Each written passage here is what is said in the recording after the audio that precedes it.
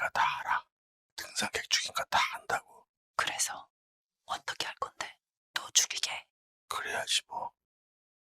잠깐 안 자는 거 아니야? 우리 얘기 다 듣고 있는 거 같은데. 꿈꾸는 거야. 칼 줘봐. 왜?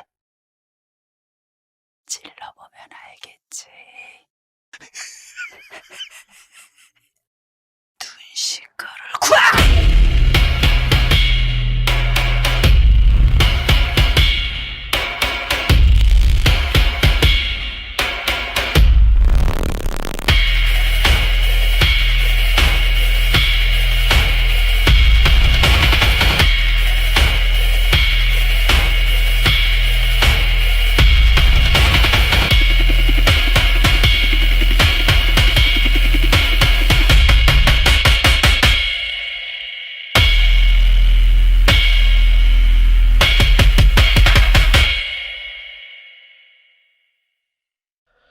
예, 오늘은 특집 방송, 휴가 또 끝물이라 좋은 영화 한 편 소개해드리는 오래간만에 특별한 손님 모신 특집 방송으로 여러분들 찾아뵙습니다.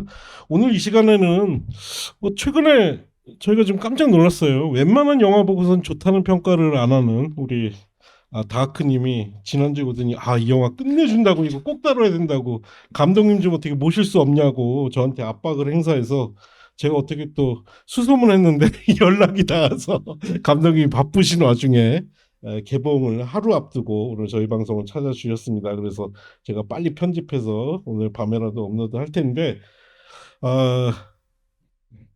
이분은 제가 성함 말씀드리기 전에 AI로 프로필 우리 요 감독님에 대해서 알려줘 했더니 나온 내용을 먼저 말씀드릴게요.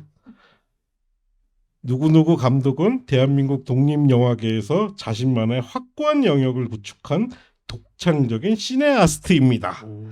최소한의 제작비와 인력으로 일상의 균열을 파고드는 서스펜스와 예측 불허의 블랙 코미디를 엮어내는데 탁월한 재능을 선보이며 한국의 코엔 형제라는 수식어를 얻기도 했습니다. 그는 각본, 연출, 제작, 촬영, 음악, 편집 등 영화 제작의 거의 모든 과정을 혼자 도맡아하는 1인 제작 시스템으로도 잘 알려져 있습니다라고 구글에서 운영하는 제미니 AI, 오픈 AI가 요약해준 정말 독립영화계의 독보적 이야기꾼 우리 노영석 감독님 모셨습니다. 안녕하세요. 안녕하세요. 노영석입니다. 예, 환영합니다. 그리고 반갑습니다. 바로 오늘 또 우리 노영석 감독님을 모실 수 있도록 중추적 역할을 해주신, 웬만하면 정규 방송 아니고는 안 나오는 게으른 다크님 함께해주고 계십니다. 예, 안녕하세요. 예, 감독님 안녕하세요. 안녕하세요. 반갑습니다. 예, 아유 반갑습니다. 네. 그 감독님 모르시겠지만 저희가 왜 이제 그 명절 때 집에서 영화 볼 네. 이런 저희가 좀 그 마이너한 영화들 추천하는 코너가 있었는데 그때 제가 감독님 영화를 낯수를 제가 한번 소개를 했던 적이 있어요. 명절 때요. 예, 명절 때 우울하잖아. 네, 명절 요즘에. 때 보기 좋은 영화죠. 예. 왜냐하면 뭐 이렇게 친척들이 와가지고 요즘 맞아요. 뭐하니, 결혼을 안 하니 이런 거 물어보면 우울하니까 네네. 이럴 때 보라고 제가 낯수 소개한 적이 있었는데 감사합니다. 우리 감독님이 정말 오래간만에 신작 자연인을 들고 이제 또 복귀를 하셨어요. 네. 전작이 조난자들 이후로 지금 몇 년 만이죠? 횟수로는 11년 만인가 봐요. 그 개봉으로 그렇죠. 따지면. 예. 11년 네. 만에 네. 신작을 가지고 오셨는데 이게 벌써부터 소문이 장난이 아니에요. 일단 또 저희 멤버 중에 오늘 이 자리에는 없지만 우리 병자라는 닉네임을 쓰는 우리 병자군이 정동진 영화제 가서 감독님 영화를 보고 영화 끝내준다고 또 극찬을 하더라고요. 정동진에서 상영을 안 했을. 그래요? 네. 그 병자이 거짓말했나? 이 새끼 이거 영화도 안 보고. 거기서 엽서를 나눠준. 그래요?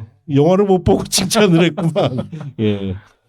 근데 어쨌든 우리 다크님 영화를 보시고 너무 극찬을 하셨고, 더 중요한 건 얼마 전에 서울 독립영화제에서 대상 받으셨죠? 네네. 축하드립니다. 감사합니다. 2천만 원 받았습니다.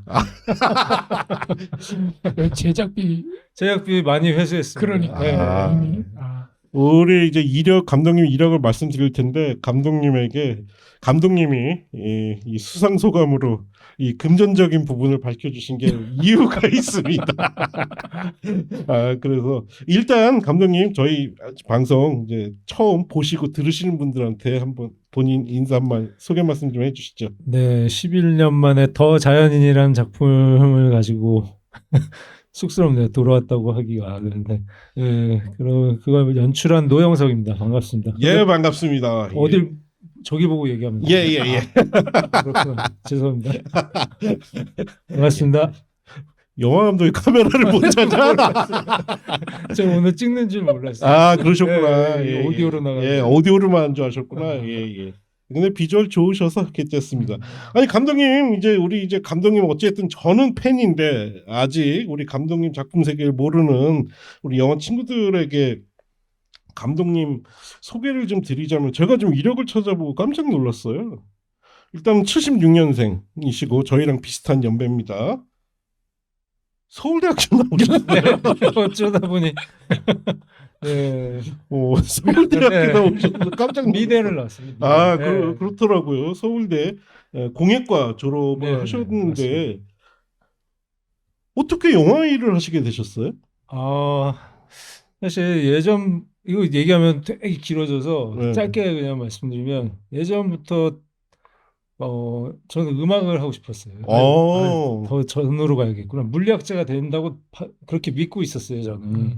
근데 어느 날부터 음악이 너무 좋더라고요. 음악이 좋고 또 애니메이션 이런 거, 만화책 이런 거 보다 보면 중학교 때 그런 거 많이 보잖아요. 근데 예를 들어서 용소야, 지금 그 친미라고 하죠. 지금 예, 그렇죠. 원래 그런 거 보면 그 뒤에 얘기가 너무 궁금한 거예요. 그래서 그 외전으로 그리기도 하고, 그러니까 그림도 좋아했던 것 같고 이야기도 좋아했던 것 같아요. 근데 그러다가 계속 고등학교 갔는데도 물리학자가 된다는 생각밖에 없었어요. 그런데 이과를 갔는데 이게 뭐 하고 있는 거지 싶더라고요. 내가 이걸 왜 하지? 수학도 너무 하기가 싫은데. 그래서 이과 일주일 있다가 일주일 동안 고민을 많이 했죠. 뭘 할까? 그러다가 미대를 가면 네 성적이면 서울대 갈 수 있다 그러는 거예요. 미술도 좋아하기도 했고, 근데 국문학과도 생각이 있었는데 그러다가 미술을 준비하게 됐죠. 서울대 갈 수 있다고 하니. 일단은 제일 좋은 학교가 그래서 재수를 해서 어떻게 가게 됐는데요. 그러고서는 미대를 간 다음에 음악을 하자였어요. 음대를 가기에는 너무 늦은 시간이었어서 그래서 제가 뭐 악기를 막 다루는 것도 아니고 해서 미대를 간 다음에 음반을 내고 한 30살쯤 되면 영화를 하자. 그런 생각을 했었어요. 음악을 하면 막 메탈리카처럼 될 줄 알았어. 미친놈이죠 진짜. 그래서 돈을 벌어서 음악은 거기까지만 하고 32에 그때 생각한 32은 뭔가 아저씨인 것 같고 집도 있을 것 같고 그랬거든요. 뭐 애도 있을 것 같고 그래서 그렇게 생각했는데 32은 너무 금방 찾아왔고요. 그래서 30 넘을 때쯤 이제 음악을 포기하고 영화를 그냥 빨리 하자. 못하는 음악 그냥 집어치우고 그래서 시나리오 쓰게 됐고 어떻게 하는지 몰라갖고 영화 아카데미를 가면 찍나 했는데 뭐 그것도 떨어지고 해서 서울대는 가고 영화 아카데미 왜 떨어져? 거기 뭐 1차에서 떨어졌어요. 시험 봤는데 필기 시험이었는데 떨어져서 림비에 대해서 못 써가지고 그러고 한겨레 영화연출학교를 가면 그건 문화센터예요. 돈만 내고 거기 가면 친구들을 만날 수 있을까? 해서 거기서 만나는 사람들하고 영화를 만들게 됐죠. 그게 낯설임. 근데 일단 감독님 생긴 거 한번 보면은 사실 이게 공대나 이쪽에 같이 가까워 보이긴 하는데 뵈니까 뭐 크게 막 뭐 안에서 막 뭐 예술적 막 이런 게 튀어 나온 것 같지도 않은데 그냥 음악이나 영화를 하면 하고 싶어. 그래서 하신 것 같아요. 이 정말 맨 땅에 헤딩하기 식으로 영화에 입문하셨네요. 저는 인터뷰 초반부터 좀 빈정 이상하네요. 무슨 물리학 자가 될 수 있을 정도의 공부 능력을 가지고 계시다가 그거 하기 싫어서 이제 미술로 그것도 서울대 진학이 되시고 정작 욕심은 또 음악가를 하고 그렇죠. 싶어 하셨는데 이제 나중에는 영화 감독까지 어떻든 대신 소위 팔방미인이라는 말을 이런 때 쓰는 게 아닌가 싶은데 야, 이게 그러니까요. 너무 다방면의 재주를 가지고 계신 거 아니에요? 그래서 가난합니다. 제가 알기로는 공부 잘했다가 뭐 미술도 하고 음악도 하신 이런 경력은 아마 조영남 씨 이후로 했던 것 같은데. 그러니까요. 제 주변에서 현실적으로 이렇게 네. 대면하는 경우는 흔치가 않아서 빈정이 많이 상하네요. 하여튼 천재감이다, 천재감. 그럼 아니요, 지금 아. 그런데 그러기에는 나이가 이 나이 먹고 그거 하고 있는데 아이, 근데 그런 관심과 뭐 재능, 열정 같은 게 사실은 이제 오늘날의 감독님을 만든 게 이후에 말씀드리겠지만 실제 이 영화의 음악도 담당을 하셨습니다. 그러니까 단순히 음악하면 멋질 것 같아 이게 아니라 실제 음악을 만드실 수 있는 재능도 가지고 계시다는 거. 하여튼 그렇게 해서 그러니까 우리가 흔히 얘기하는 충무로 정통 영화 입문 코스는 아니셨던 것 같아요. 네, 예. 그렇죠. 그냥 영화 해야겠어. 근데 영화 아카데미는 떨어졌고 서울대는 붙었지만 영화 아카데미가 굉장히 들어가기 힘들구나. 한겨레 영화 연출학교를 수료하시고 네. 바로 장편 영화를 만드신 네. 거죠.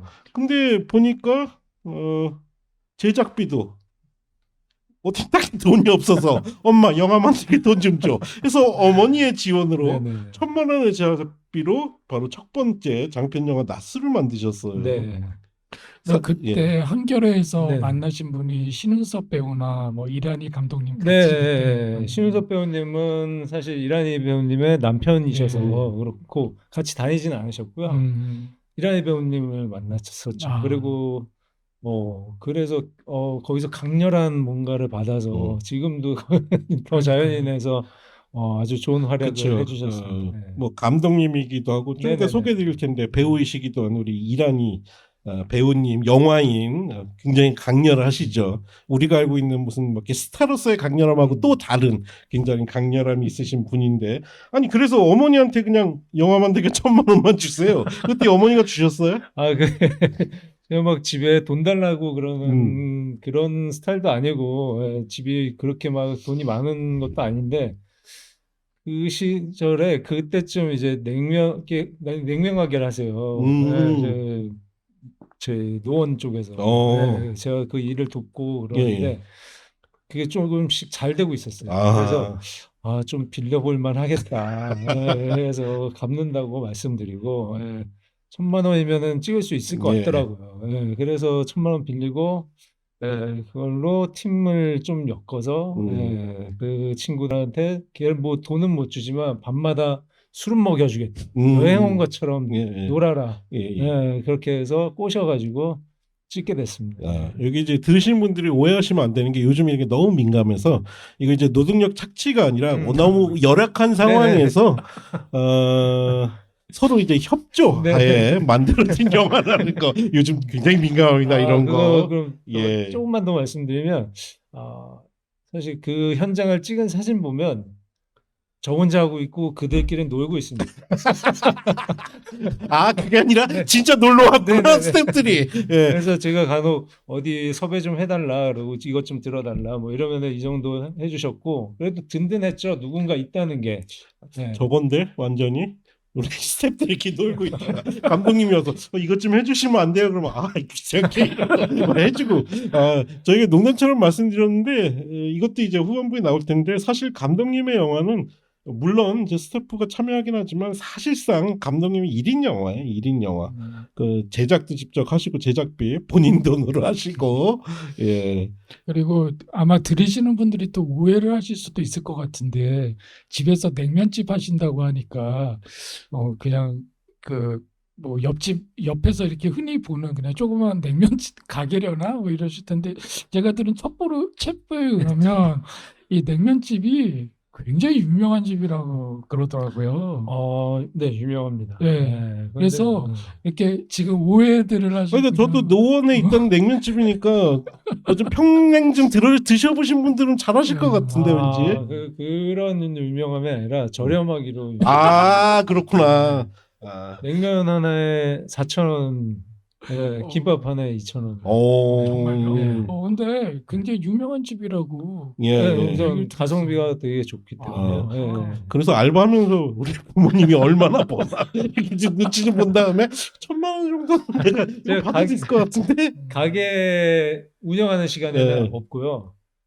다 끝난 시간에 야. 어둠 속에서 육수만 만들고 있어요. 아, 끝날 때 수금하는 거 이렇게 좀 보고. 그리고 원래 냉면이 육수가 중요하잖아요. 네. 하여튼 그렇게 낮술을 만드셨는데 이 낮술 자체가 굉장히 큰 반향을 일으켰고 저도 정말 낮술은 제가 한국 독립영화에서 손에 꼽을 정도로 제가 좋아하는 영화거든요. 당시에 분명히 좀 독특한 영화인 건 맞았어요. 지금 입장에서 보면 이제 유사한 영화들이 좀 많이 지금은 있지만 당시로서는 좀 굉장히 혁신적인 맞아요. 그런 시선의 영화였죠. 그래서 제가 이제 낮술을 안타깝게 뭐 우리 방송 전에 그 얘기했는데 지금 현재 국내에서 합법적인 방법으로 볼 수는 없어요. 아마 네이버 영화 서비스 정도가 있었으면 유료 다운로드가 가능했을 텐데 그게 지금 없어서 좀 안타깝긴 하지만 한번 보실 수 있는 보시고 제가 낮술이란 영화는 뭐냐면 주인공이 영화 시작부터 끝까지 이 낮술을 마시면서 여자를 한번 이렇게 어떻게 작업을 걸어보려고 하면서 벌어지는 정말 버라이어티한 사건들이 벌어지는 영화라 솔직히 말씀드리면 이 영화가 그 대사에 좀 무미건전한 톤 이런 것들이 처음 나왔을 때는 그 왜 이게 일상적인 대화 같은데 이게 문어체인지 구어체인지도 잘 모르겠고 이 대사는 뭐지 싶은 게 저는 그 영화를 보고 이 영화는 어둠의 홍상수 영화다. 하지만 더 중요한 건 훨씬 더 우리 홍상수 감독님은 이 남성의 세계를 많이 표현하는데 좀 뭔가 있어 보이잖아. 근데 이것은 정말 날것의 남자들의 욕망을 가까우시 표현한 그런 영화다라고 생각을 하는데 낮술에 대해서 좀 궁금해요. 감독님 어떻게 낮술 이런 소재로 영화를 만드셨어? 우선 제가 기본적으로 술을 굉장히 좋아합니다. 네.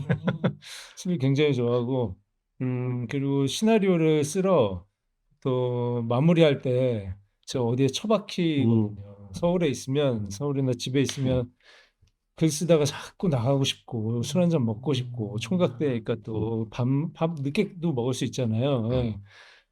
그거를 방지하기 위해서 강원도 깊은 곳으로 가는 거죠.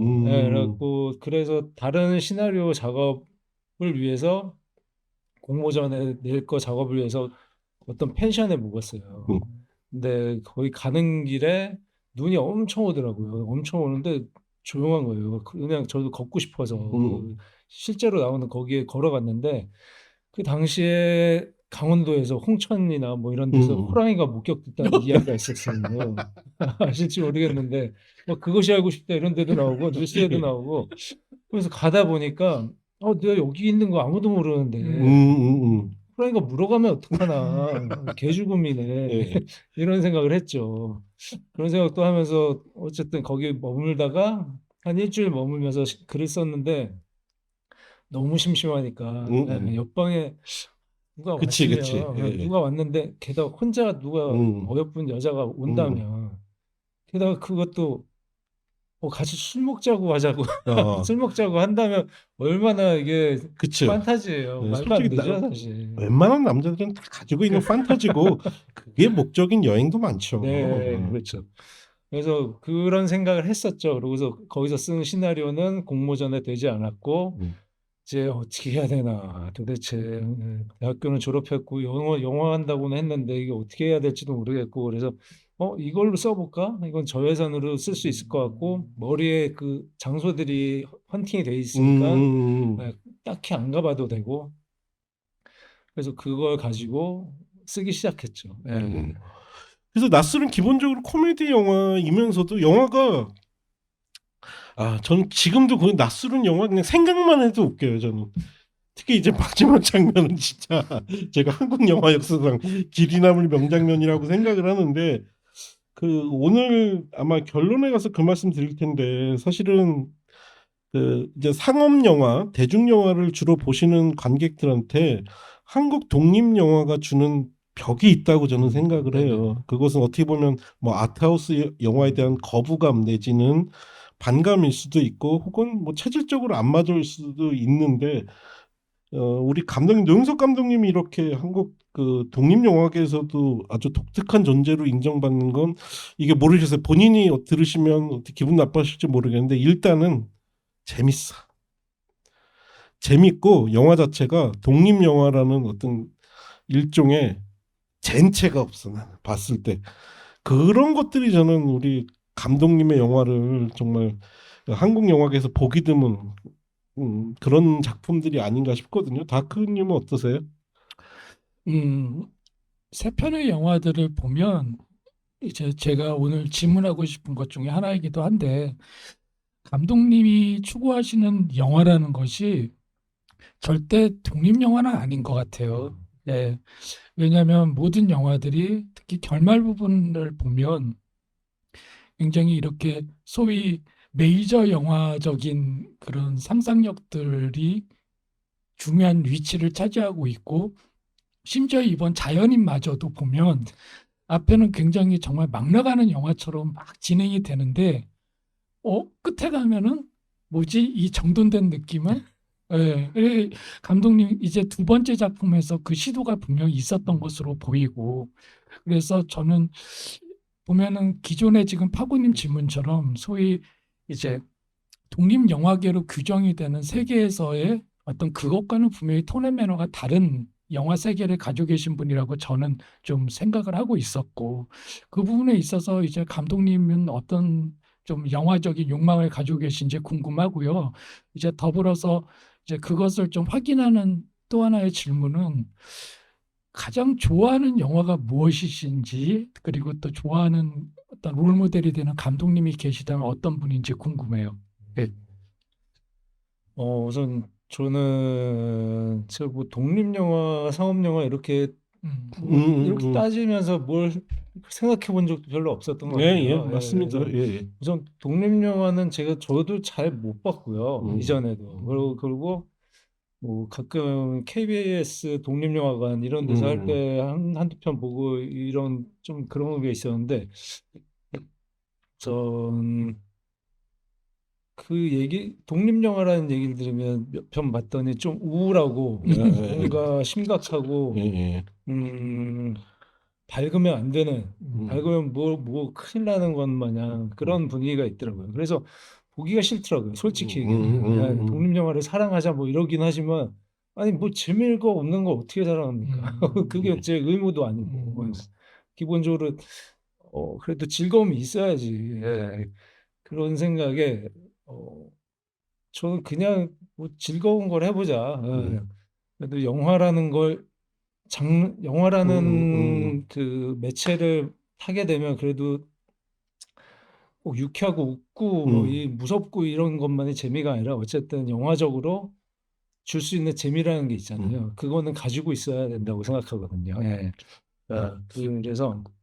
그래서 그 독립 영화라는 건 사실은 말씀하신 대로 이건 독립 영화로 만들어야지 하고 뭐 만들 수 있는 건 아니고 어떻게 보면 그 외형적인 규모적인 측면 이런 구분일 텐데 이제 저희가 그렇다고 해서 이제 독립 영화계를 절대 비난하는 건 아닌데 이제 다만 이제 대중에게 인식된 독립 영화라는 게 단순히 이제 즐거움의 영화보다는 뭔가 사회적 메시지 내지는 우리 삶에 관한 이야기를 해야 된다는 좀 강박관념이 있는 것이 아닌가라고 이제 많은 분들이 생각하시는데 우리 감독님은 내 영화는 뭐 제작의 형태는 어쩔 수 없이 제작비 한기 때문에 독립 영화지만 기본적으로 뭐랄까 영화의 본질 활동 사진으로서의 즐거움을 나는 주고 싶다라는 생각이 바로 우리가 감독님의 영화를 좋아하는 근본적인 이유 같아서 대답이 명확하게 나오는 것 같네요.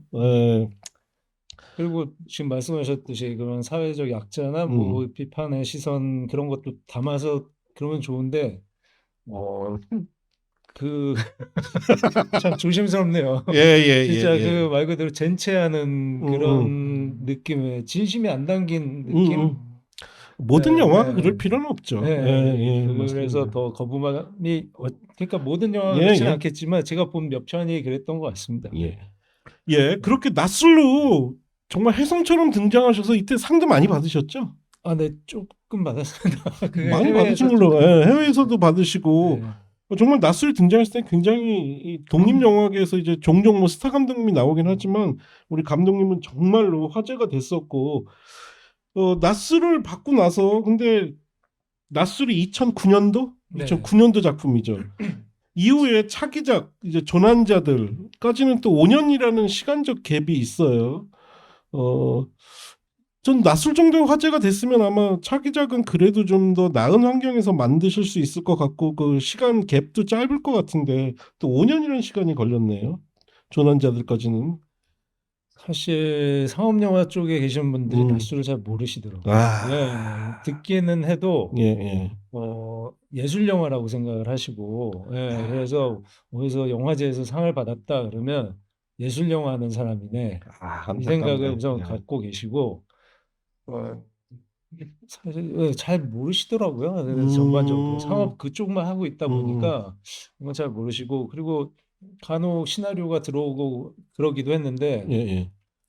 너무 재미가 없었고요. 감독님 안 그리고 맞아서 거절하셨구나. 네, 예. 너무 재미가 없던 것과 제가 하고 싶은 것들이 더 많아서 제 음, 거 하기도 바쁜데 그거 할 시간 없다고 판단을 해서 하다 보니 이렇게 띄엄띄엄 근데 이제 와서 보니 좀 후회되진 않으세요? 그냥 아, 그때 할 걸. 아니 근데 후회는 안 되고요. 예. 왜냐면 그걸 찍었으면 수명이 더 짧아졌을 그럴 거예요. 수도 예, 있죠. 예, 예. 예.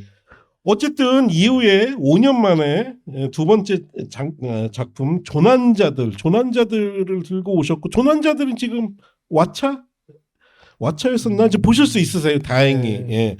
근데 또 조난자들은 조금 당혹스러운 게 아까 이 다크님 말씀처럼 낯설보다는 확실히 좀 이렇게 정돈된 영화적 느낌 그리고 흔히 우리가 얘기하는 상업 영화의 느낌이 좀 더 많이 나고 여기 나오는 배우들도 여러분 보시면 지금 꽤 여러분들이 잘 아시는 배우들이 나오는데 중요한 건 장르 자체가 이 낯설을 만드신 감독님이 이런 영화를 만드셔서 할 정도로 어떻게 보면 웃음기는 좀 거세한 일종의 서스펜스 스릴러 장르 고립된 공간에서 벌어지는 그런 영화를 만드셨단 말이에요. 그래서 저는 개인적으로는 조난자들 영화 자체는 좋긴 하지만 낯설의 팬으로서는 감독님이 차기작이 내가 기대했던 영화가 아니네 했었는데 조난자들은 어떤 의도로 네. 만드신 거죠?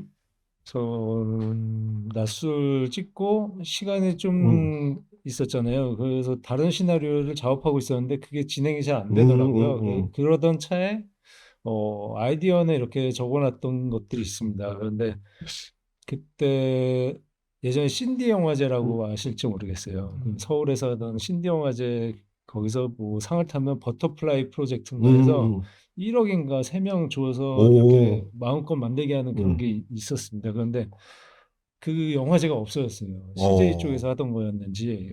그런데 그 돈은 남은 거예요. 그 펀드가 남아가지고 그거를 어떻게 그걸로 누워 팀을 이렇게 하고 있다 이 얘기를 들었습니다. 그래서 그러면 더 큰 영화로 가기 전에 스텝을 꾸려서 한번 이게 작은 예산이지만 한번 해보면 좋겠다 이 생각이 경험을 쌓으면 좋겠다 해서 그거를 하겠다고 했죠. 그래서 그때 아이디어로 갖고 있었던 게 있었는데 조난자들 초반에 그 어떤 범죄자를 만나잖아요. 예. 그게 제가 시나리오 쓰러 태백에 갔을 때 실제로 겪은 일이에요.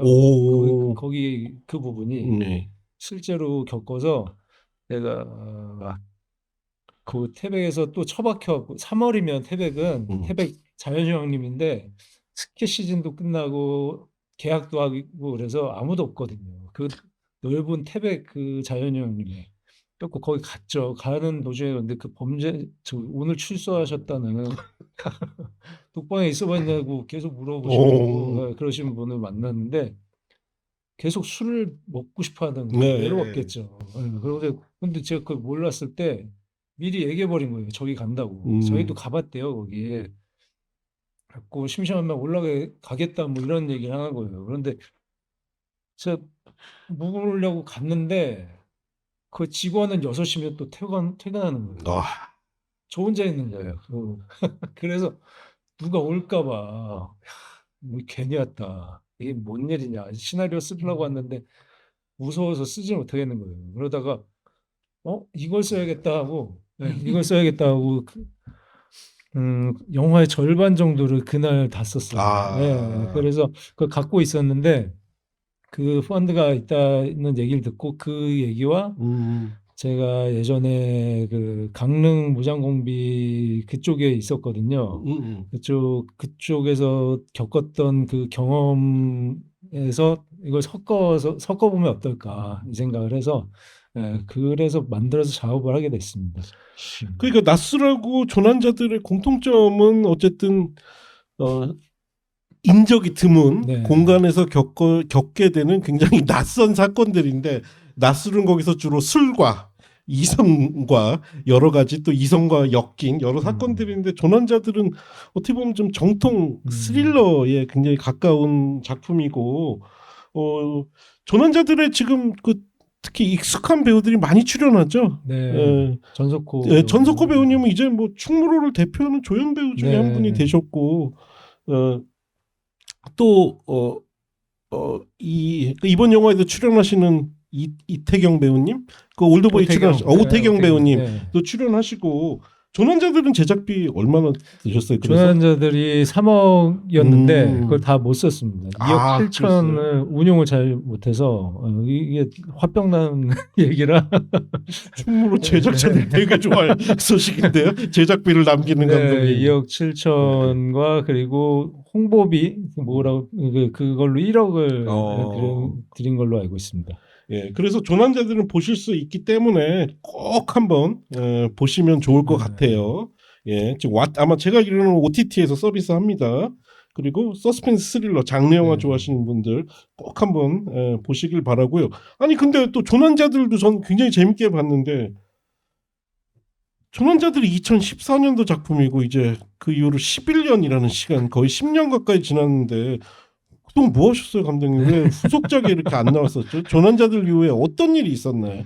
그러니까 저도 예전부터 궁금했어요. 감독들은 몇 년에 한 번씩 일하면서 어떻게 먹고 살까? 뭐 하는 사람들일까? 근데 힘들게 사는 거고요. 우선 그 영화가 저는 조난자들을 찍는 게 낯설 찍는 것보다 훨씬 힘들었습니다. 왜 힘드셨어요? 어쨌든 예산은 더 커졌고 예산은 커졌지만 커져도 그 인원에 비해서는 큰 예산이 아니었고요. 그리고 사람이 많으니까 산으로 가더라고요. 그리고 참 뭐 여기서 막 얘기하면 또 아니요, 제가 이제 기사에서 좀 접하긴 했어요. 왜냐하면 조금 그냥 제가 감독님 말씀하기 힘들어하시니까 말씀드리자면 기존에 이제 감독님이 연출하거나 현장에서 일하셨던 스타일이랑 아마 기존에 이제 충무로 스타일 일하신 분들이랑 스타일이 좀 안 맞아서 굉장히 감독님이 좀 힘들어하셨다라는 기사가 나오더라고요. 그래서 모두 그러신 건 아니고 몇 분이 그러셨는데 그게 너무 기분도 안 좋고 그리고 PD한테 그런 얘기를 했었는데 PD가 해결한 것처럼 얘기를 했는데 말도 안 한 거예요. 저는 된 줄 알았는데 그래서 저는 그래도 이게 어려운 작업들을 하면서 다들 기쁘고 즐겁게 했으면 좋겠거든요. 그런데 그 분위기를 다 망쳐놓은 그런 사람이 있었어요. 거기서 좀 오래 했다고 나이 좀 있다고. 그래서 그럴 거면 좀 더 큰 영화를 해봐야겠다. 작은 영화라니까 사람도 작아 보이나 이 생각이 들었던 거죠. 그래서 큰 영화를 해 놓으면 좀 내가 편안해질까 이 생각을 해서 그래서 이제 시나리오를 딴 걸 쓰기 시작했죠. 그래서 근데 몸에 없던 거를 갑자기 쓰려니까 엔딩 장면만 생각하고 썼거든요. 엔딩 장면이 뭐냐면 강아지가 좌우로 수염을 핥으면서 그 낯술의 마지막 장면처럼 강아지 얼굴만 딱 나오는 거예요. 예. 그러면서 엔딩이 딱 나오는 음. 건데 그게 너무 재밌을 것 같은 거예요. 그것만 가지고 시작을 했는데 그러다 보니 시간이 오래 걸리더라고요.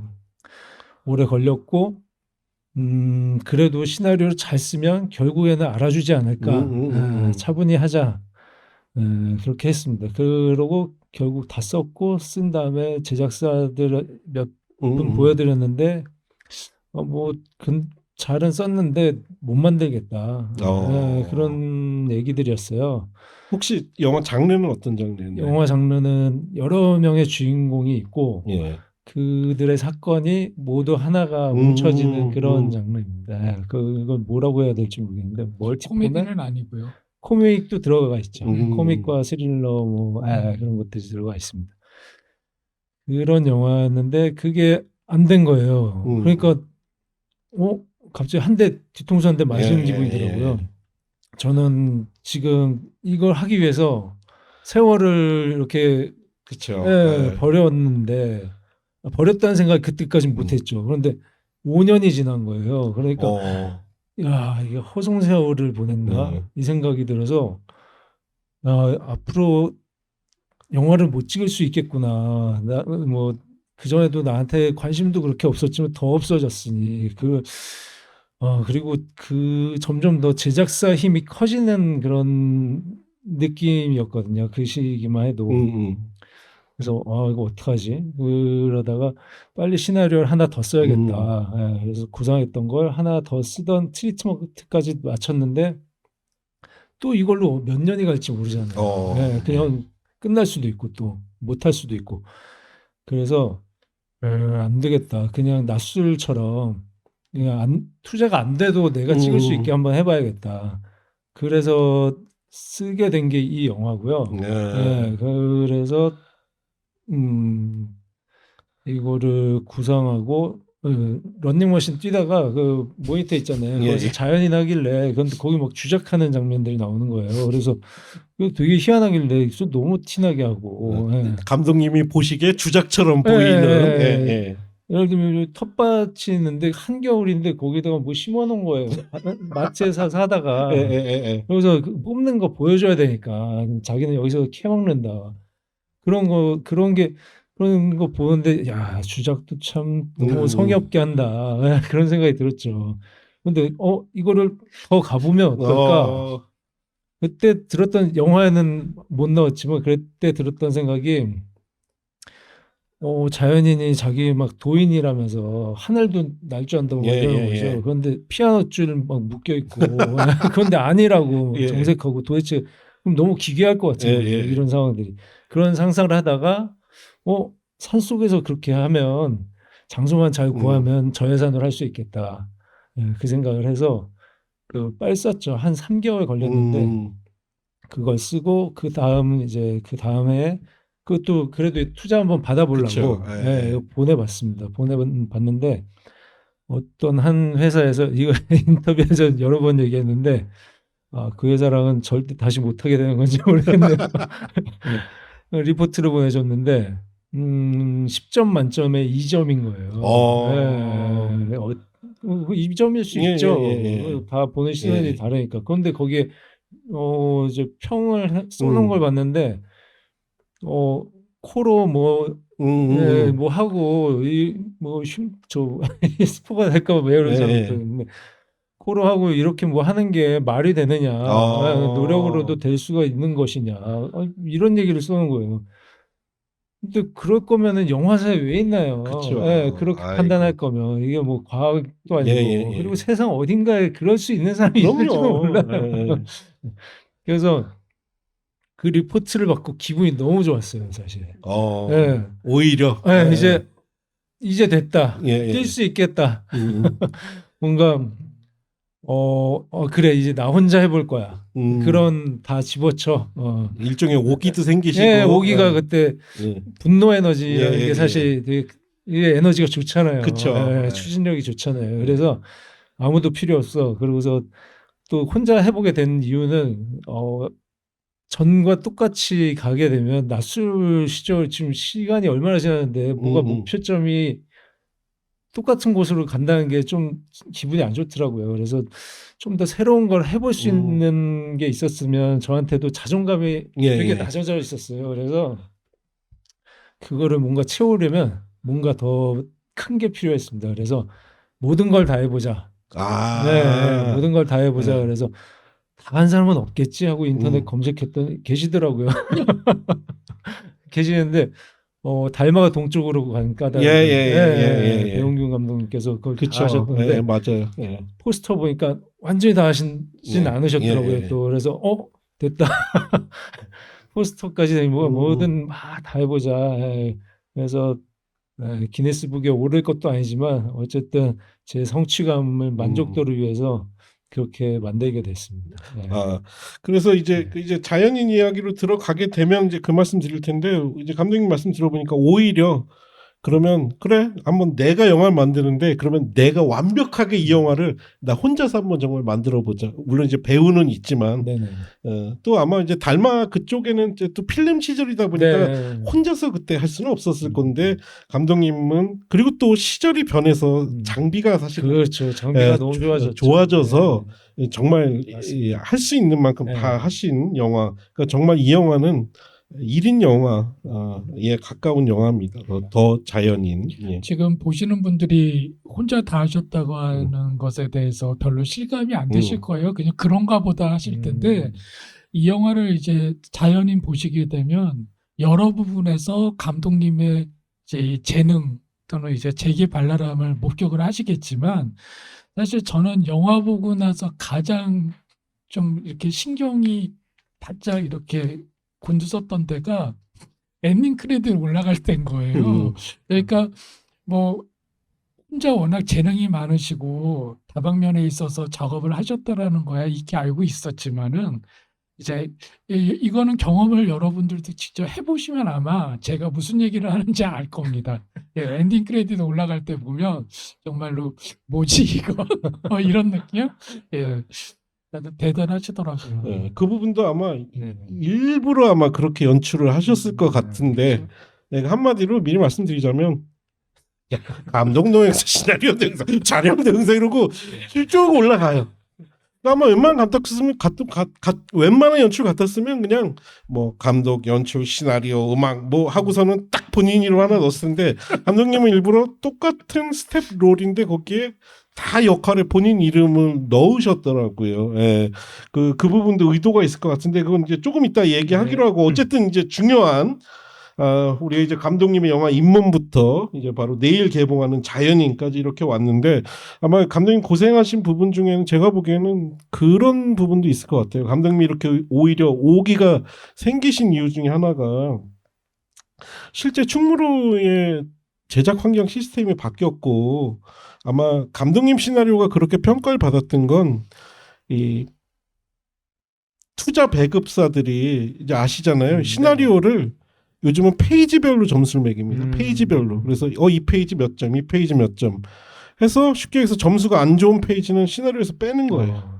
그러니까 어떻게 보면 웹툰이나 웹소설처럼 매회 매 장면이 뭔가 관객의 시선을 끄는 그런 장면들로만 하다 보니, 근데 영화라는 게 사실은 더 극적인 장면을 보여주기 위해서는 좀 희생해야 되는 장면도 그렇죠. 있잖아요. 네, 근데 이런 걸 용납을 안 하다 보니 어떻게 보면 이제 그런 충무로 혹은 대자본의 제작 배급 시스템이 지금의 한국 영화의 위기를 좀 만든 게 아닌가 싶은 생각도 있는데, 아마 거기서 더 오기가 생기셔서 이런 더 자연인까지 오신 것 같아요. 어쨌든 더 자연인, 제목이 정말 더 자연인이고요. 아까 감독님 말씀해 주셨지만 여러분이 잘 알고 계신 그 일종의 뭐라고 해야 돼? 무슨 예능 프로그램이라고 해야 될까요?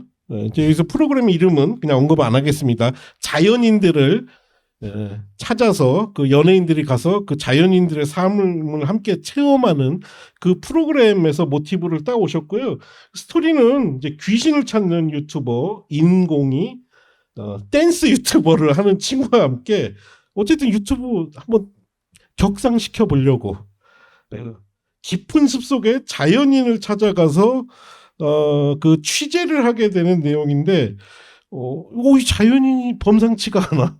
등장부터 여기 귀신의 집도 있다. 귀신도 나온다. 그리고 심지어 본인이 귀신의 빙의가 되기도 합니다. 근데 빙의 되는 게 나 빙의 되고 있어. 나 빙의 되고 있어. 주인공 인공이 보기에는 이상한 데 있어. 아닌 것 같은데. 근데 본인은 자연인이라고 우기고 또 밤에 뭐 물 마시러 나왔는데 뭔가 막 사부작 되고 있어서 영화 보면서 깜짝 놀랐는데 처음에 뭐를 막 부시락 되는 소리가 나요. 그래서 이게 뭔가 봤더니 이 자연인이 낮에는 거의 뭐 생식 수준의 식사를 대접하더니 밤늦게 혼자서 짜장면을 먹고 있어요. 그 이 인공 입장에서 이상한데 얘 뭐지? 자연인 맞나? 이렇게 의심을 하면서도 촬영을 하고 있는데 중요한 건 이 함께 갔던 유튜버는 점점 더 이 자연인에 동화되어 가고 있는 거예요. 그러면서 아주 미스테리한 사건이 벌어진다라는 게 영화 더 자연인의 스토리입니다. 일단 우리 다크님 자연인 보신 소감부터 좀 한번 말씀해 주시죠. 어떠셨어요? 재미있죠. 영화 시작하면서부터 이제 도대체 뭐지? 이 영화는 계속 그러니까 무엇을 상상하던 그게 아닌 걸 계속 보여주니까 이제 그걸 따라가는 재미가 가장 크고 그리고 이제 거기서 벌어지는 사건들이라는 것이 워낙 황당무계하고 또 인물들이 워낙 기상천외하다 보니까 또 그런 데서 오는 낯선 그런 재미라는 게 있죠. 예. 끝날 때까지 진짜 잠시도 그리고 의외로 러닝타임이 또 짧지가 않아요. 2시간 꽉 채우는 러닝타임인데도 그러게요. 보는 내내 시간 가는 줄 모르고 볼 수 있는 진심으로 재밌게 본 영화예요. 예. 정말 감사합니다. 일단 저희 영화 소개를 드리자면 뭐 좀 저 홍보사에서 좀 뭐 EPK라도 주시면 저희가 짧게 클립이라도 삽입은 하겠는데 기본적으로 이제 유튜버를 촬영하기 위한 두 명이 자연인이라는 뭐 예능에서도 많이 소재로 쓰이고 있는 내용을 찾으러 갔는데 여기서 정말 당혹스러운 이거 주작 같은데 아무리 봐도 그걸 이제 계속 의심하게 되는 내용인데 제가 이거 보고 감독님 이 영화 소재 이야기만 듣고 제가 깜짝 놀랐던 게 이제 감독님이 보셨던 그 프로그램 말고 그 프로그램을 비슷한 컨셉으로 그 유명한 1박 2일이라는 그 예능 프로그램에서 자연인을 찾아가서 실제 그 상황을 찍은 게 있는데 제가 보고 너무 웃겼던 게 그 자연인이 맛있는 거 해줄게. 뭐 해주실 건데요? 우리가 생각하는 게 있잖아요. 김치찌개 끓여줄게. 비법이 있으신가요? 그랬더니 비법이 뭐냐면 스팸을 넣는 거예요.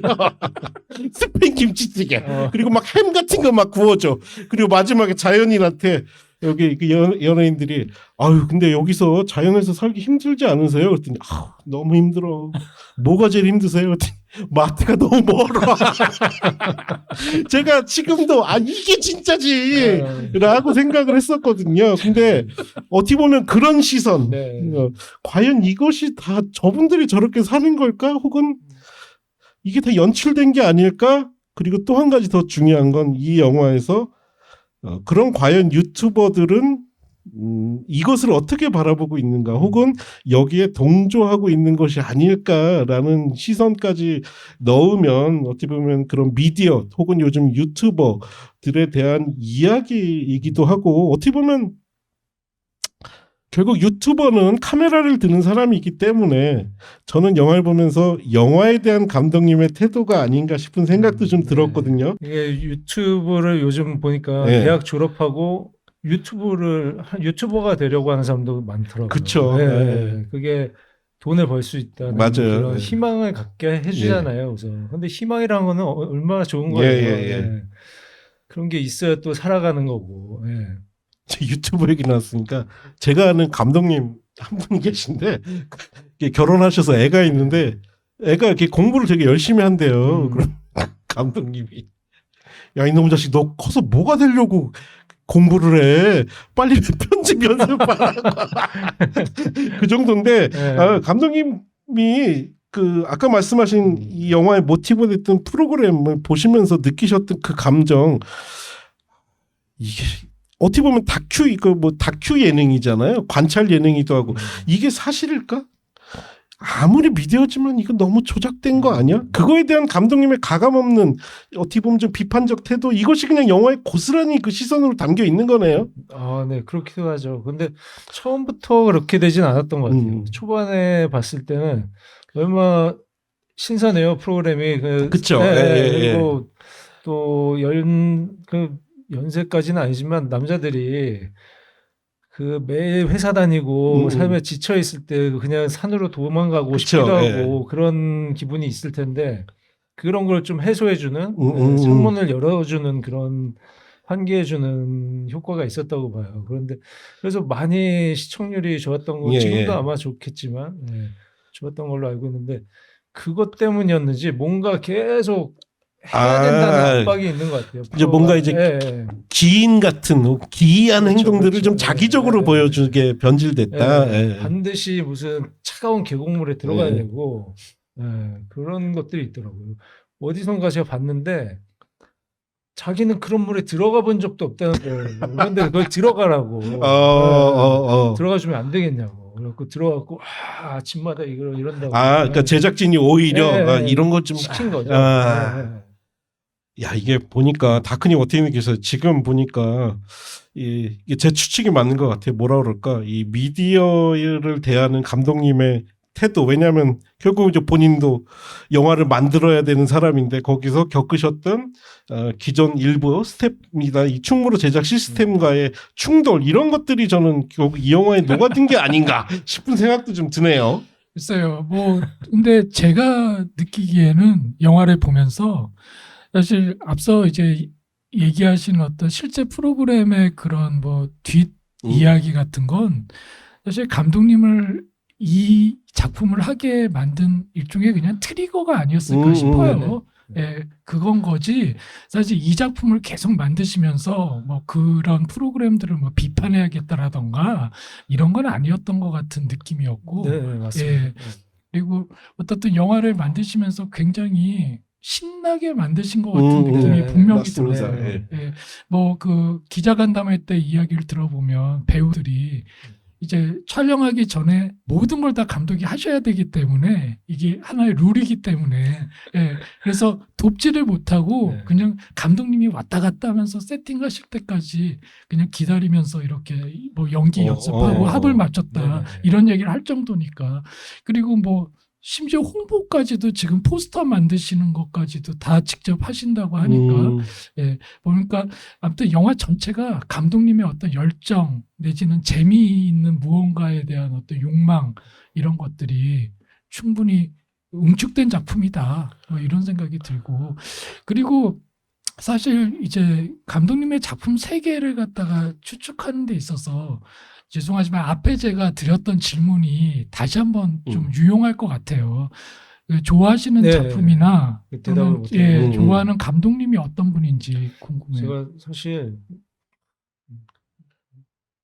영화 매니아가 아니에요. 영화 많이 안 보는구나. 그냥 내가 그냥 만들고 싶을 뿐이지 누구 영화에게 영향을 받고 그런 스타일은 아니구나. 좋아하는 영화는 분명히 또 있지만 그렇다고 해서 막 영화를 파고 막 이런 스타일은 아니거든요. 근데 아니 그럴 수 있죠. 좋아하는 영화 우선 얘기해 보자면 블레이드 러너, 아키라 그 두 개를 예전에 엄청나게 좋아했었죠. 그래서 리들리 스콧은 그냥 죽어도 되는 거 아닌가 이 생각을 했었어요. 그렇게 엄청난 걸 만들었으면 이 정도 영화 만들었으면 됐지 뭐. 아무것도 안 해도 되겠다 이 정도로 생각을 했었고. 그리고 좋아하는 영화들은 갑자기 백투더퓨처 굉장히 좋아요. 아니 기본적으로 영화의 즐거움을 좋아하시는 것 같네요. 이거 시각적 만족일 수도 있고.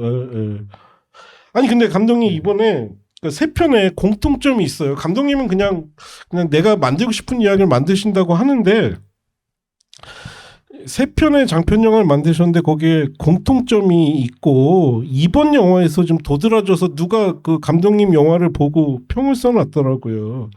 어쨌든 주인공이 낯선 공간에 가서 낯선 사람들에게서 느끼는 일종의 공포감 내지는 당혹스러움이라는 이야기가 영화 세 편은 공통적이고요. 특히 이번 영화에서 보면 넓은 산속 숲을 배경인데 광학 렌즈 같은 걸 사용해서 오히려 주인공을 되게 고립시키거나 왜소하게 만드는 의도가 담겨 있다라고 누가 감독님 영화를 시사를 보고 평을 썼더라고요. 감독님 영화에서 이렇게 꼭 낯선 공간, 특히 습속 같은 정말 무슨 일이 벌어져도 모를 것 같은 장소들을 배경으로 뭐 아까 이제 본인 체험이라고 말씀하셨는데 이게 세 편이다 그렇게 되면 이거는 단순 체험 이상의 의도하시는 게 있을 것 같거든요. 제가 최근에도 그런 질문을 들었었는데 그래서 저는 예산 때문이겠지라고 저는 생각하고 예산 때문에 그래서 한정된 공간에서 음. 이렇게 만들어야 이게 되지 않을까 그 생각도 분명히 있었던 것 같아요. 그런데 제가 그 태백에 가서 썼던 거는 제가 영화를 하고 싶은 이유 중에 하나인 시나리오거든요. 86년도에 초등학교 5학년생들이 어디 여행 외갓집에 갔다가 네. 친구 외갓집 갔다가 고립되는 이야기죠. 예. 외갓집도 아니고 다른 곳에서. 근데 그거는 예산이 좀 들어가거든요. 근데도 그래서 못 찍고 있는 거고. 그런데 거기도 고립이 나오더라고요. 예. 그래서 내가 이런 걸 좋아하나 보다. 그러게요. 이런 생각이 좀 들었고요. 근데 요번 거는 사실 어떻게든 빨리 영화를 찍어서 내 생존 신고를 해야겠다 이런 그 목적이 되게 컸습니다. 그래서 전 했던 얘기를 또 하는 건 좀 그런데 영화에서 또 약간 그런 비슷한 뉘앙스를 보이기도 좀 싫긴 했어요. 그런데 빨리 써야 되니 쓰고 완성을 하고 싶은 마음에 좀 끄집어내서 쓴 것도 있죠. 사실. 오히려 익숙한 이야기, 내 네네네. 익숙한 환경을 다시 한번 맞습니다. 이야기해봐야겠다. 네. 그럴 수 있죠. 예. 그리고 아마 이 영화를 보시면, 그러니까 이 영화는 이제 일부 장면은 그런 장면이 있긴 한데, 그 엉뚱한 혹은 그 상상하지 못했던 유머 같은 게 있거든요. 주로 이렇게 대사를 통해서 이게 템포가 좀 아주 묘해요.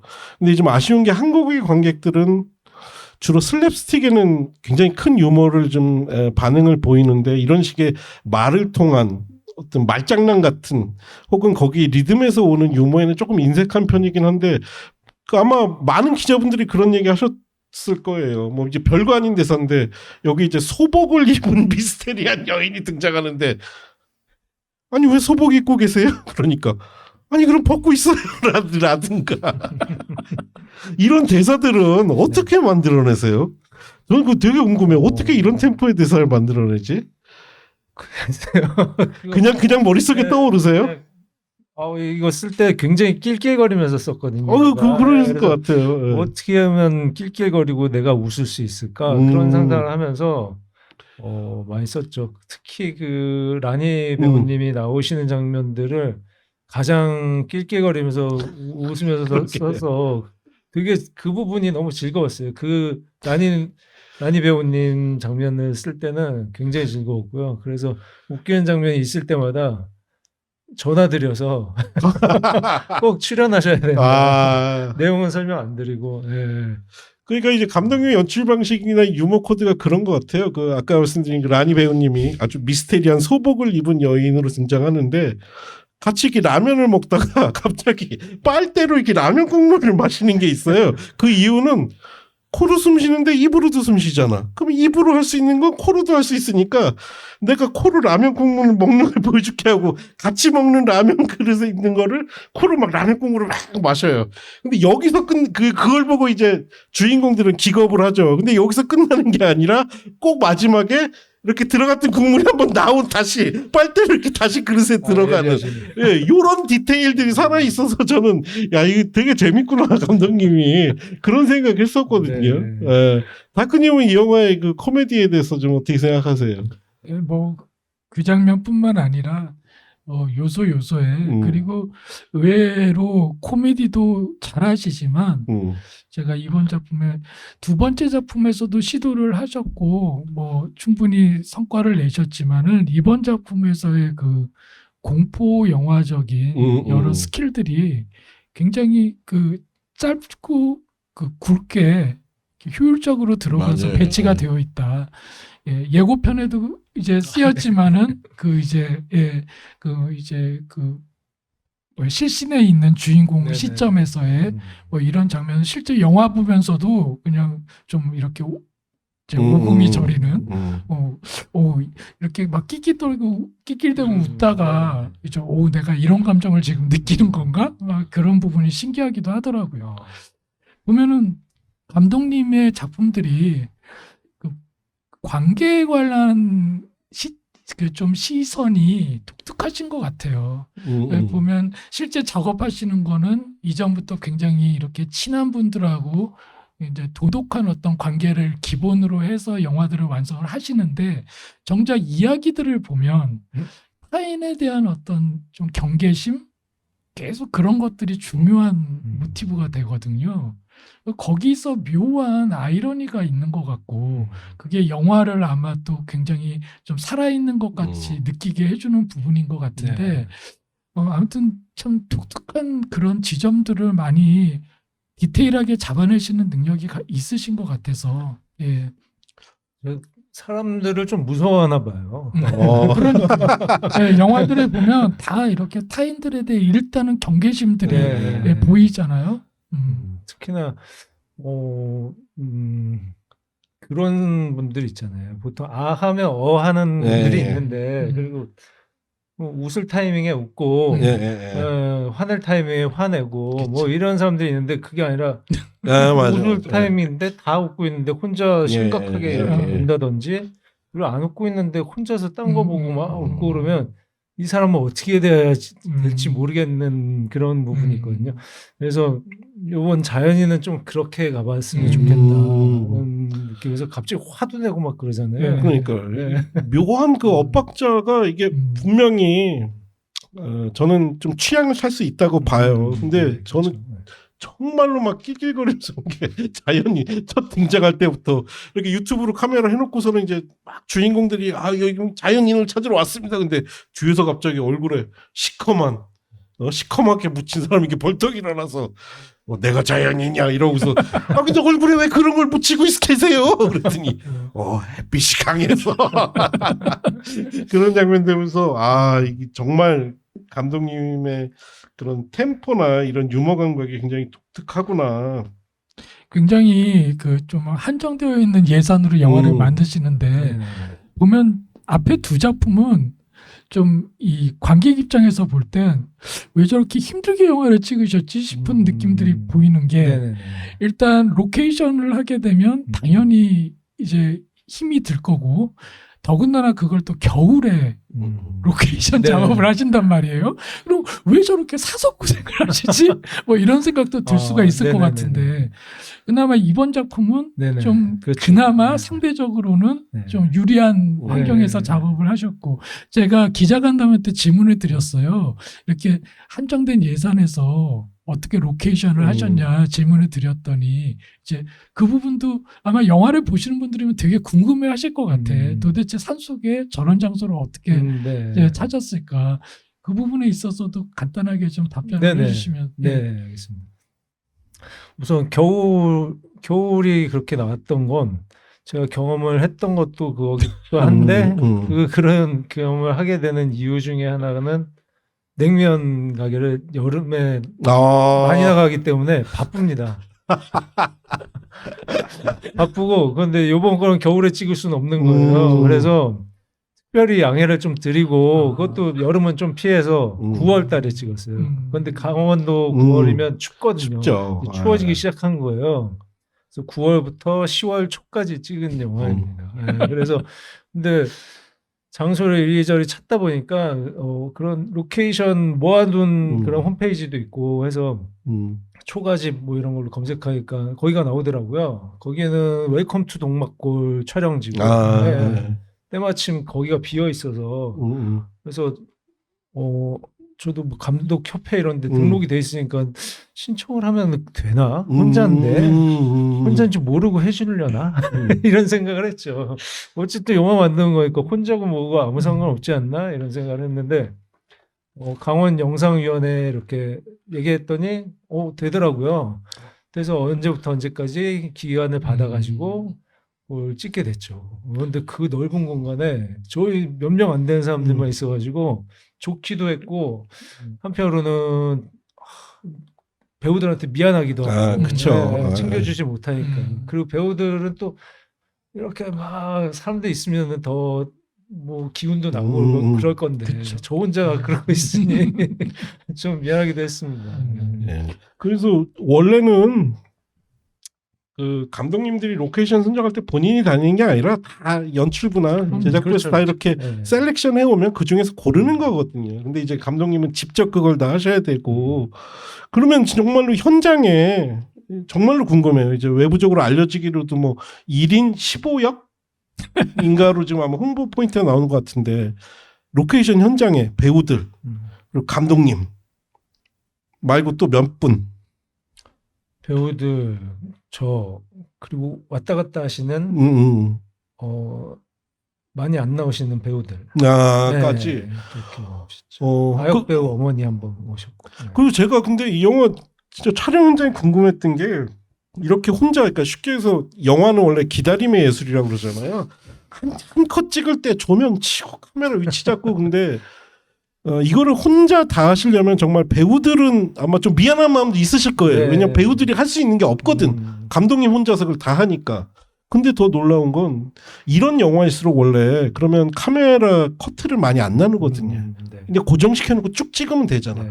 근데 의외로 역동적인 카메라가 많아서 야 이거 어떻게 세팅을 다 하셨지 싶은 생각도 좀 들더라고요. 이거 어떻게 이거 다 찍으셨어요 정말. 그래서 이게 사실 혼자 찍는다는 게 중요한 게 아니라 혼자 찍은 거와 같지 않은 걸 혼자 찍어야 되는 게 중요한 거라 이게 그거에 되게 초점이 많이 뒀거든요. 이거 혼자 찍었고 결과물을 내놨는데 그러게 혼자 찍은 거 같네. 그렇죠. 맞아요. 아무 의미가 맞아요. 없잖아요. 그런데 예. 그래서 최대한 난 이렇게도 할 수 있다 그런 그러니까. 생각으로 많이 생각을 많이 하고 갔죠. 계획을 많이 짜고 가서 앵글을 어떻게 잡을 것인지 그런 걸 다 그래서 드론도 사가지고 갔고 그러게. 그거를 오히려 현장 상황이 열악하니 이거를 최대한 효율적으로 찍을 수 있게 사전에 정말 준비를 많이 하셨군요. 예. 그래서 인터뷰나 이런 걸 보면 보도자료에도 이제 배우들 그 이야기하신 거 보니까 촬영 낮에 하고서 이제 배우들은 식사하러 이제 쉬러 가면 감독님은 계속 현장에서 다음 촬영 준비하시고 미리 혼자서 그렇게 계속 하셨다 그러고 또 여기 배우님들이나 이제 나름 제작이나 감독하시는 분들도 계시잖아요. 이분들이 도와주려고 그러면 도리어 그거를 거부하셨다 그러더라고. 왜냐하면은 혼자 하셔야 되는 거를 룰을 지켜야 되기 때문에 그래서 이 부분도 어찌 보면 사서 고생으로 보이는 분들도 있을 것 같고. 그래서 보통 이런 거 뭐 얘기하면 뭐 감독님 혼자 하셨다는데 힘들지 않으셨습니까? 뭐 이렇게 하면 제가 나와야 되는 대답은 이거잖아요. 다들 열심히 도와주시고 해서 하셔서 감사했습니다. 이렇게 얘기하고 싶은데 그러기엔 제가 한 게 너무 많아서 억울해서 그러니까 이 영화는 오히려 그 컨셉을 감독님이 뭐 겸손 이런 거 필요 없고 이건 정말 내가 완벽하게 혼자서 만든 영화다. 그거를 드러내신 그리고 영화네요. 심지어 음악도 그렇지만 컴퓨터 그래픽까지도 감독님이 직접 하신 거예요.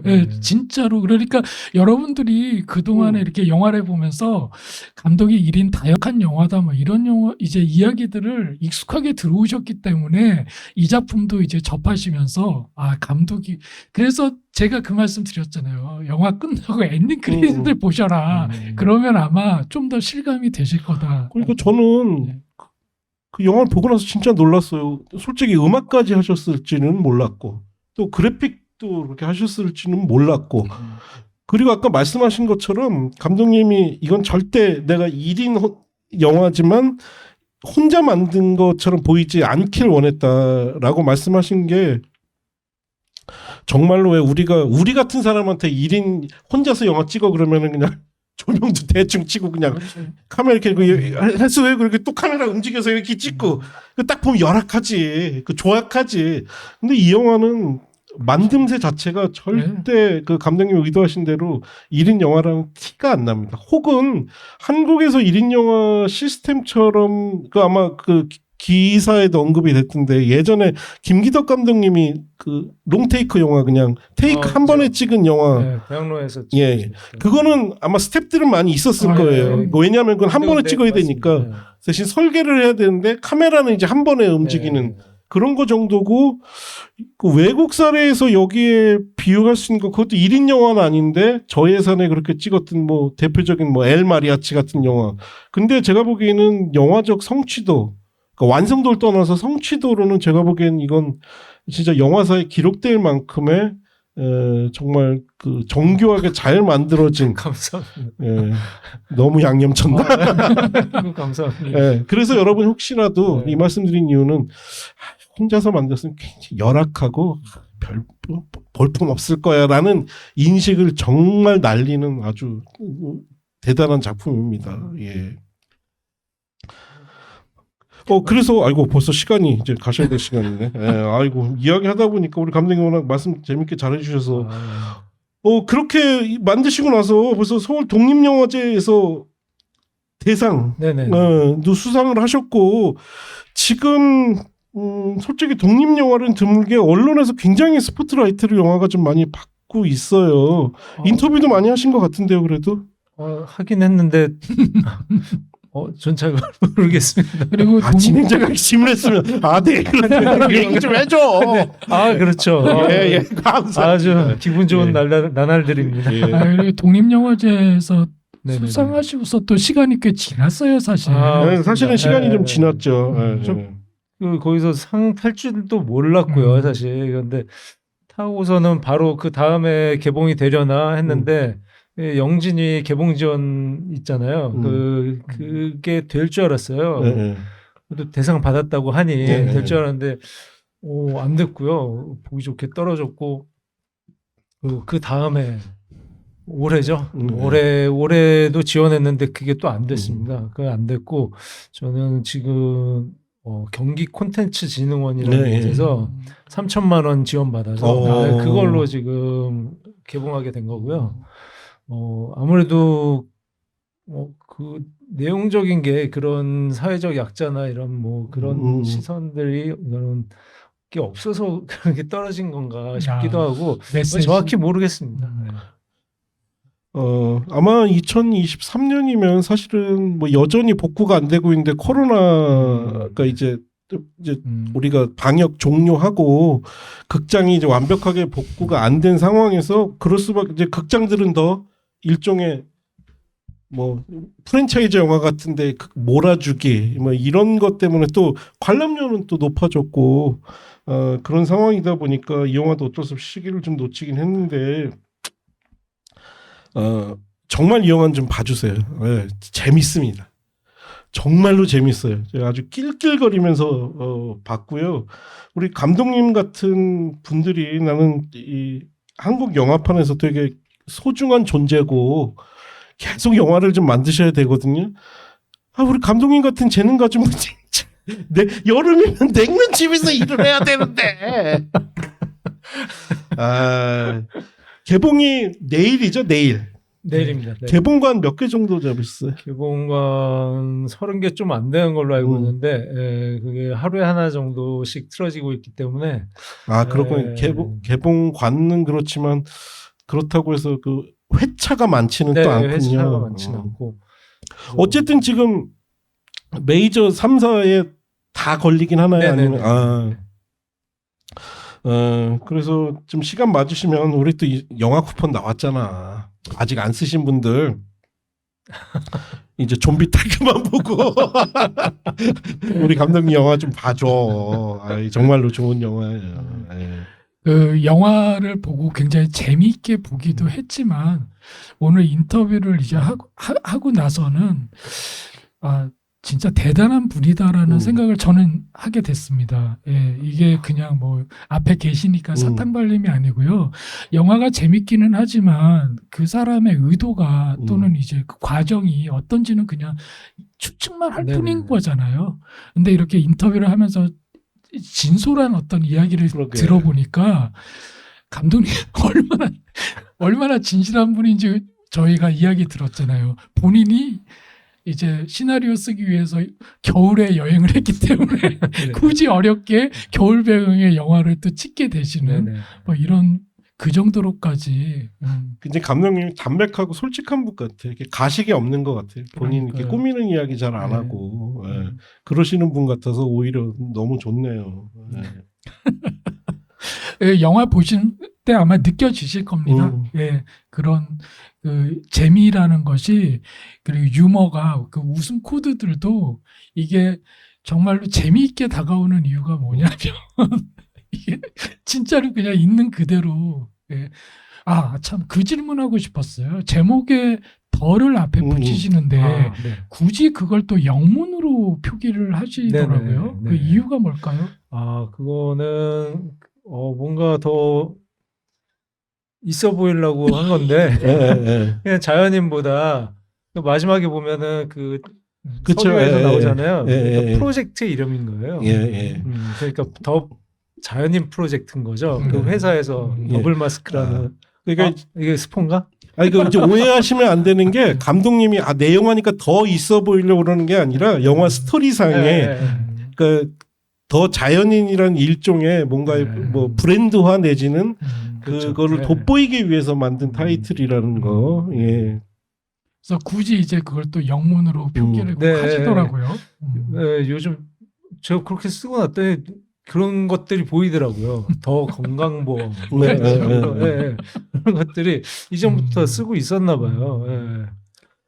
예, 아이고 장시간 우리 감독님 정말 너무 반가웠고요. 네. 이제 오늘 또 바로 아마 저녁에 일정이 있으셔서 가셔야 될 텐데 영화 잘 될 기원하고 우리 영화 친구들 아시겠지만 개봉 날부터 금요일까지가 중요해요. 요즘 극장들은 수목금에 관객이 안 되면 주말에라도 그냥 가차없이 내리는 경우들이 많아가지고요. 우리 주말 넘어서 우리 장기 롱런 할 수 있게 그리고 감독님이 현실적으로 원하시는 기대하시는 흥행 스코어가 그렇게 높진 않을 네. 거예요. 지금 이거 독립 영화가 그래요. 이 영화가 그렇다는 게 아니라 독립 영화뿐만 아니라 일반 네. 상업 영화들도 예. 요즘 자석 점유율이 네. 굉장히 떨어져 있기 때문에 그런데 아마 이 영화를 보신 분들은 아마 옆에 추천을 안 할 수가 없을 겁니다. 이런 경험이 흔치 않은 경험이기 때문에 제 목표는 이 영화의 목표는 좀 전에도 말씀드렸듯이 다음 영화를 생존 신고해서 예, 다음 예. 영화를 만들 수 있게 계속 영화를 만들 수 있게 되는 게 목표예요. 네, 그래서 여러분들 많이 도와주십시오. 저희가 몇 년 전에 이제 부천 영화제 가서 그 지금 아직 영화의 선진국이라고 불리지 않는 감독님을 영화가 너무 좋아서 인터뷰를 하고 감독님 차기작 계획을 좀 말씀해 주세요라고 했더니 차기작을 만드는 게 계획이다라는 이야기를 하시더라고요. 그만큼 이제 그 영화 산업이 발전되지 않은 나라였는데 아쉽게도 지금 한국도 그런 상황이 왔어요. 차기작을 만드는 거 어떤 영화 내가 이렇게 막 만들어야겠다 그게 아니라 그래서 영화 산업이 빠르게 발전하고 있고 조금 좀 위기인데 이럴수록 우리가 항상 얘기하는 영화의 다양성 혹은 이런 일반적이진 않지만 좀 다른 독특한 영화들을 더 관객들이 극장에서 만날 수 있도록 노력해야 될 것 같습니다. 근데 감독님 마지막으로 이제 이 영화 좀 더 많이 좀 봐달라고 마지막 인사하시고 오늘 방송 마치겠습니다. 아쉽네요, 근데. 그러게요. 재밌죠? 재밌죠? 재밌고 다 대답을 못한 것 같아서 죄송하기도 하고 그 좋아하는 감독이나 영화도 많은데 갑자기 막 생각이 막 이렇게 들진 않아서 잠깐 말씀드리면 저 스탠바이 미도 좋아하고 그 감독이 만든 미저리도 좋아하고 그렇습니다. 우선 여러분들 제가 더 좋은 영화 만들어서 이 세상에 남겨놓을 수 있게 좀 도와주십시오. 좋습니다. 저희가 그 관객 입장에서 볼 땐 영화가 재밌다, 재미없다, 뭐 걸작이다, 졸작이다, 그냥 쉽게 평가가 돼요. 그런데 이제 이 업계 내지는 이 세계 안에서 경험을 해본 사람은 압니다. 그 영화가 결과물에 대한 평가가 어떻든 간에 한 편의 영화가 만들어져서 완성이 된다는 것 자체가 기적 같은 일이에요. 그럼요. 사실은요. 그리고 거기에 열정을 다하는 많은 어떤 영혼들이 함께하고 있는 것이고 그걸 생각하면 이번 더 자연인 같은 경우에는 더 더군다나 감독님이 오로지 혼자 어떤 그 능력으로 만들어냈다는 거 정말 대단한 어떤 성과인 것이 분명하고요. 저의 개인적인 바람은 다음 차기작은 아무쪼록 어떤 오기가 아닌 좀 더 넉넉한 환경에서 좀 더 이제 즐거운 분들과 함께 좀 영화 작업을 하셨으면 하는 바람이 있습니다. 감사합니다. 너무 그러고 싶네요. 예, 이것으로 우리 내일 수요일 개봉합니다.